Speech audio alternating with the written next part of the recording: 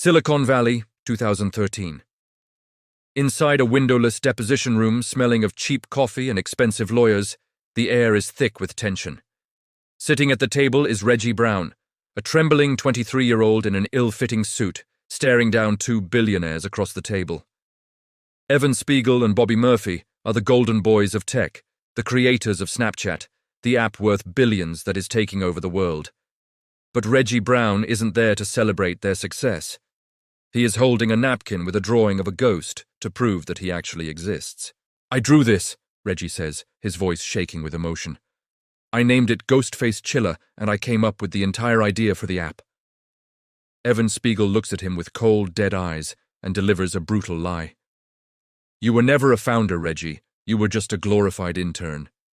It is a lie so brazen that it sucks the air out of the room, because everyone knows that Snapchat wasn't Evan Spiegel's original idea at all.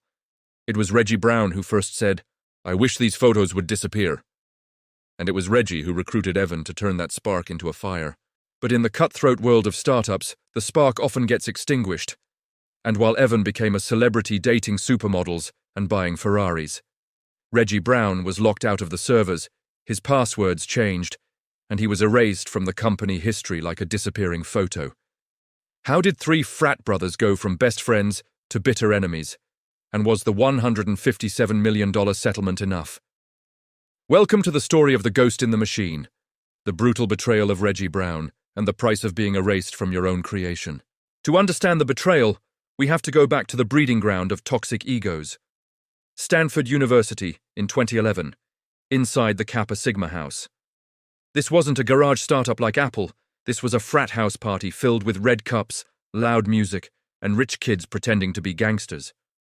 Reggie Brown was a popular student studying English, not a coder, but he was the idea guy who walked into Evan Spiegel's room one fateful night. Evan was an intense, arrogant rich kid from LA who had failed at previous startups and was desperate to become the next Mark Zuckerberg. Reggie said something casual that changed the internet. "I wish I could send this photo to a girl, but I want it to disappear after she sees it." "I don't want the evidence to last forever," Reggie explained, and Evan Spiegel stopped in his tracks, his eyes lighting up with greed. "That is a billion-dollar idea," Evan said, realizing that while Facebook was about permanence, this idea was about digital privacy and freedom. They shook hands as partners and recruited Bobby Murphy, a quiet genius coder, to help them build the app in Evan's dad's mansion in Toyota Drive. Reggie was the chief marketing officer who named the app Picaboo, designed the famous logo, and filed the first patent application as Reginald Brown. He removed the facial features from the ghost logo because "you are the face" and named it Ghostface Chillah after his favorite rapper. They launched the app in July 2011, and while it flopped at first, Reggie worked tirelessly in malls, showing it to girls to generate traction. He realized the killer use case was sexting and cheating on tests, and slowly the ghost started to haunt high schools across America.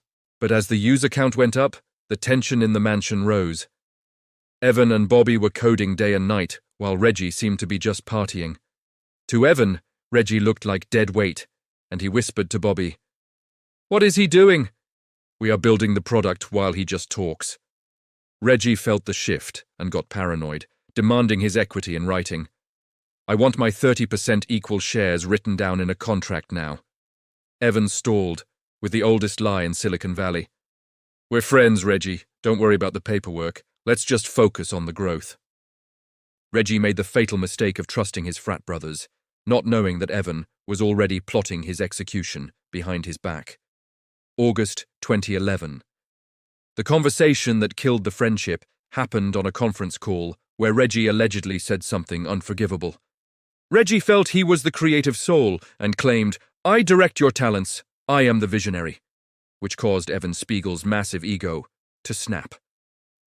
Evan hung up the phone, looked at Bobby Murphy and said, "He's out," initiating a digital coup to steal the company from their best friend. They changed the passwords to the servers and the App Store account, locking Reggie out of his email and cutting him off from the business completely. Then they did something even colder. They renamed the app from Picaboo to Snapchat, a rebranding designed to erase Reggie's past contribution. Reggie tried to log in but got access denied, He called Evan and Bobby but got no answer, and when he drove to the house, the locks were changed. His clothes were packed in boxes on the front porch like a bad breakup. He was homeless, penniless, and erased while Snapchat exploded globally. Millions of users flooded in, investors poured money into the company, and Evan Spiegel became the face of the new tech generation on Forbes. He told the story of Snapchat's founding in interviews, saying, "Me and Bobby came up with it," never mentioning Reggie's name a single time. It was a complete rewriting of history, and Reggie Brown watched from his mother's house in South Carolina as his ghost logo appeared on every phone. He decided he wasn't going to disappear without a fight, so in 2013 he hired a law firm and sued Snapchat for 1/3 ownership of the company. Snapchat's lawyers destroyed him in the press, calling him a disgruntled intern who only fetched coffee and contributed nothing to the code. It was humiliating. But Reggie had a secret weapon. He had saved every text message, every email, and every chat log from the early days. In the discovery phase, the lawyers found a text from Evan Spiegel explicitly acknowledging Reggie's role and crediting him with the disappearing idea. There was also a video of the three of them celebrating the launch, where Evan holds a bottle of champagne, toasts to the team, and points at Reggie. The evidence was undeniable. Evan had lied to the investors, lied to the press, and was now caught lying under oath during his deposition. The leaked tapes showed an arrogant Evan saying, "I don't recall," repeatedly, but his face dropped when he was confronted with the text messages. The valuation of Snapchat was skyrocketing with offers from Facebook and Google, and the stakes for the lawsuit were getting higher every single day. If Reggie won 1/3 of the company, he would be a billionaire and could block the IPO. So Evan and Bobby realized they couldn't win in court. The jury would hate them because the frat bro narrative was too toxic, so they decided they had to pay him to go away and disappear forever. September 2014. Snapchat releases a cryptic statement acknowledging Reggie Brown's contribution and transfers $157 million cash. It sounds like a lottery win, and for a 24-year-old kid, it is an insane amount. But mathematically, Reggie was robbed of billions of dollars. Snapchat later went public and was worth over $100 billion. If Reggie had kept his 1/3 equity, he would have been worth over $30 billion. Instead, he got $157 million, which is 0.5% of what he was owed. Evan Spiegel bought his silence for pennies on the dollar to save the empire. The settlement had a strict non-disclosure agreement, meaning Reggie Brown is not allowed to speak about Snapchat or give interviews ever again.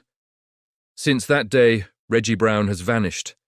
He bought a house, got married, had kids, and lives a quiet private life far away from Silicon Valley. He doesn't have a public Twitter or Instagram, and ironically, the man who invented digital privacy is now living the most private life of all. Meanwhile, Evan Spiegel is a celebrity titan who married supermodel Miranda Kerr and lives in a $100 million estate, claiming the glory. But the ghost follows him. Look at the Snapchat logo today. It is still the same ghost that Reggie drew on a napkin in the frat house.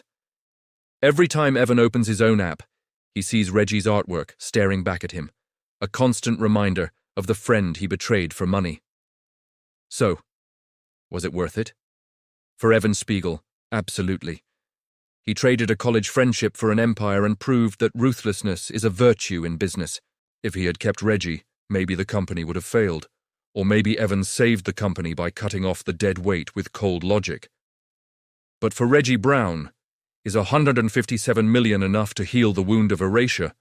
Or does it hurt to see kids using your invention without knowing you?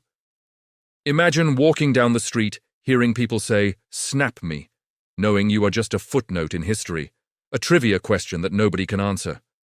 Money can buy a house and a car, but it cannot buy back your legacy.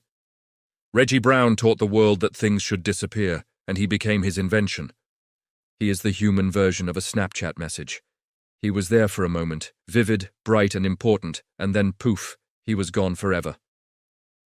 The story of Snapchat is a warning to every young founder. Your roommate is not your friend when billions are involved and handshakes are worthless. Get it in writing and sign the contract before you write the code, because the moment the money shows up, the knives come out in the dark. Snapchat is often called a toy for teenagers, but its origin story is a Shakespearean tragedy of greed, betrayal, and erasure hidden behind a yellow ghost. So the next time you send a snap or use a filter to change your face, remember the man who lost his face so the app could have one. Tell me in the comments, would you take the 157 million and disappear into the shadows, or would you fight for your legacy to the bitter end? And if you think this betrayal was bad, wait until you hear about the third founder of Apple, who sold his 10% stake for just $800. Watch that video next, and don't forget to like and subscribe to Bad Blood Business, because in Silicon Valley, friends are just future plaintiffs.